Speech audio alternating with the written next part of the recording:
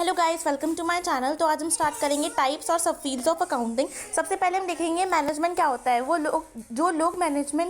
जो लोग कंपनी को मैनेज करते हैं वो लोग मैनेजमेंट में आते हैं।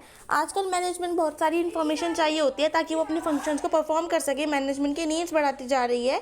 उन नीड्स को पूरा करने के लिए बहुत सारी ब्रांचेस ऑफ अकाउंटिंग बनाई गई हैं ताकि मैनेजमेंट को इन्फॉर्मेशन मिल सके, वो अपने फंक्शंस को अच्छे से परफॉर्म कर सकें। तो टोटल अकाउंटिंग के 5 टाइप्स होते हैं: financial accounting, cost accounting, management accounting, tax accounting, social responsibility accounting.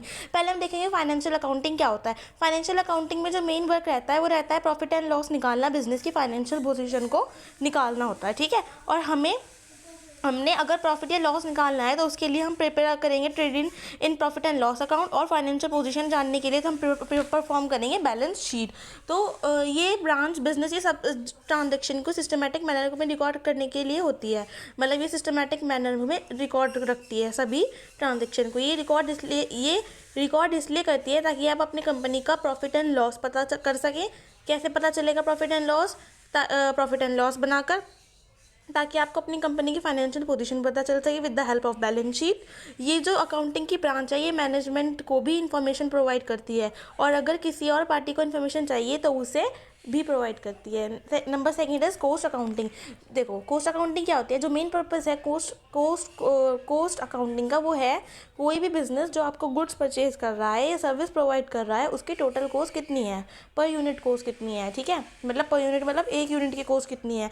जैसे एग्जाम्पल लो, कॉस्ट अकाउंटिंग की हेल्प से आप कॉस्ट को एडवांस में एस्टिमेट और मैनेज भी कर सकते हैं ताकि ये कॉस्ट को कंट्रोल कर सके। जैसे फॉर एग्जांपल आपकी 200 चेयर 200 चेयर हैं, 100 रुपये की एक चेयर है, तो आपको पर यूनिट कॉस्ट निकालनी पड़ेगी। ये वो है। ठीक है, मैनेजमेंट अकाउंटिंग में वही मैनेजमेंट आया। मैनेजमेंट मतलब जो बिजनेस को मैनेज करता है। अकाउंटिंग का जो मेन पर्पज़ है वो होता है जो भी आपको अकाउंटिंग इन्फॉर्मेशन मिली वो आप ऐसे प्रेजेंट करें जिससे आप प्लानिंग कर पाएँ, कंट्रोलिंग कर पाएँ अपने बिजनेस पर। जो मैनेजमेंट अकाउंटेंट होता है वो बहुत सारी टेक्निक्स को यूज़ करते हैं, बहुत सारे कॉन्सेप्ट्स को यूज़ करते हैं ताकि वो अपने अकाउंटेंसी डाटा को बहुत ज़्यादा यूज़फुल बना सकें और अच्छे से डिसीजन को ले सकें। इसके अंदर ये सब टेक्निक्स यूज़ की जाती हैं, जैसे रेडियो एनालिसिस, बजटरी कंट्रोल और fund flow statement, cash flow statement.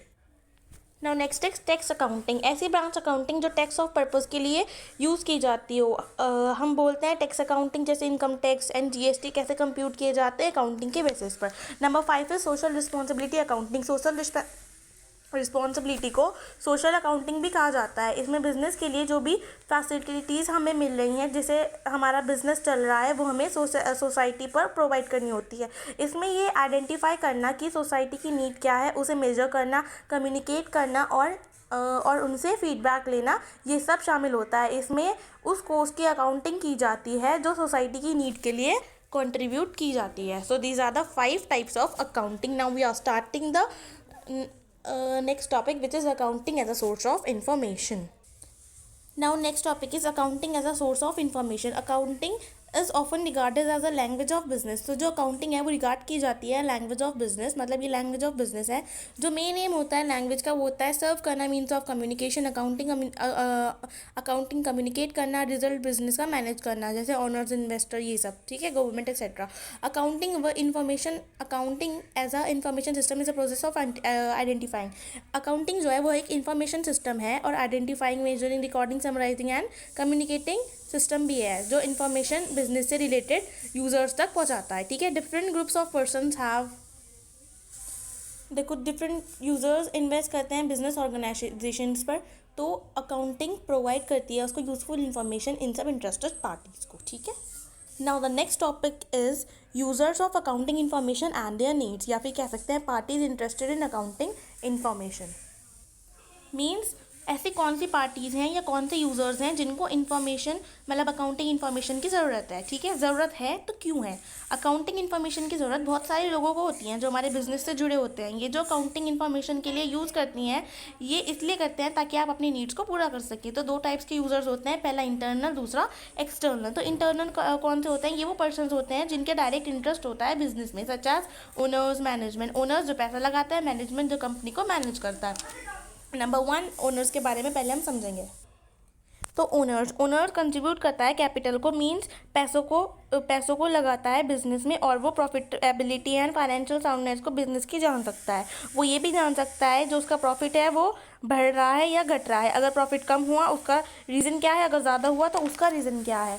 उसकी कंपनी में जो फिक्स्ड एसेट है और जो फ्लोटिंग एसेट है उसकी वैल्यू क्या है, ये सब इन्फॉर्मेशन प्रोवाइड होती है अकाउंटिंग से।